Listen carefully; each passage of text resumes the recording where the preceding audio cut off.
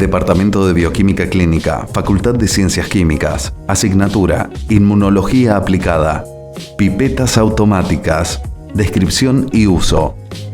Una pipeta o micropipeta automática es un instrumento de laboratorio que se utiliza para medir pequeños volúmenes de líquidos y trasvasarlos de un recipiente a otro con gran exactitud.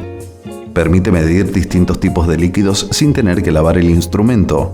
Para ello, utiliza diferentes tipos de puntas o tips que se colocan en la punta de la pipeta automática. Existen diferentes variedades de pipetas automáticas según la cantidad de material que pueden aspirar.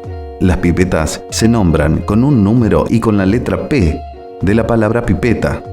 El número indica el mayor volumen en microlitros que es capaz de aspirar. Por ejemplo, la pipeta P1000 puede aspirar hasta 1000 microlitros. Los formatos más comúnmente utilizados en un laboratorio son P1000, P200, P100 y P10. El rango de volúmenes de líquidos que puede pipetear o adquirir cada pipeta está impreso en el cuerpo de la pipeta o en su émbolo.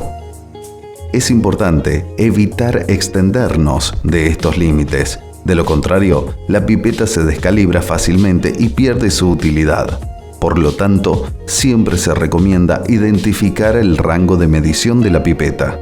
Una micropipeta o pipeta automática está conformada por el cuerpo de la pipeta o empuñadura, un botón de control donde generalmente se indica el volumen con el que se trabaja en la pipeta, un visor de volumen, un pistón, una punta o extremo en donde se coloca el tip, un eyector de tips.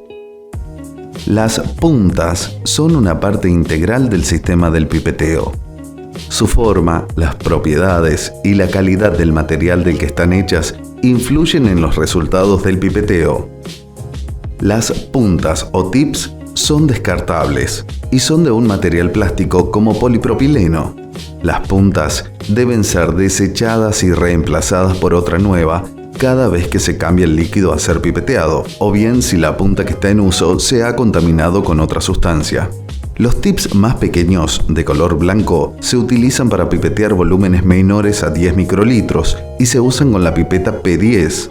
Los tips amarillos pueden contener hasta 200 microlitros y son más versátiles, ya que se utilizan con las pipetas P200 y P100. Finalmente, los tips azules se usan con la P1000. Las puntas poseen un tamaño y forma estándar para ajustarse a cualquier marca de pipetas. A su vez, pueden ser estériles e inclusive contener un filtro en su interior. Se elige cuál de ellas se desea utilizar dependiendo de las condiciones de la metodología que usemos. El manejo de la pipeta es bastante sencillo, solo es necesario tener en cuenta ciertas consideraciones. El pistón tiene dos funciones importantes. Una de ellas es regular el volumen que se desea pipetear. Para ello, simplemente lo hacemos rotar sobre su eje para fijar el volumen con el cual vamos a trabajar, que quedará indicado en la ventana selectora del volumen. La otra función es la que permite el aspirado y eyección del líquido de interés. Al presionar el pistón, se puede sentir dos tipos de topes que hacen resistencia a la fuerza que se hace con el dedo. Para aspirar líquido, antes de ingresar el tip al mismo, se debe bajar el pistón hasta el primer tope, o, de lo contrario, se generarán burbujas las cuales se deben evitar para mantener más precisión. Luego, con el pistón presionado, se introduce el tip en el líquido y se suelta el pistón para que ocurra el aspirado. Es importante mantener la pipeta en posición vertical mientras ocurre el aspirado del líquido. Esto es a 90 grados del mismo. Para eyectar el líquido en un nuevo recipiente, es necesario bajar el pistón hasta el segundo tope, manteniendo un ángulo de 45 grados. De esta manera, se asegura la expulsión completa del líquido.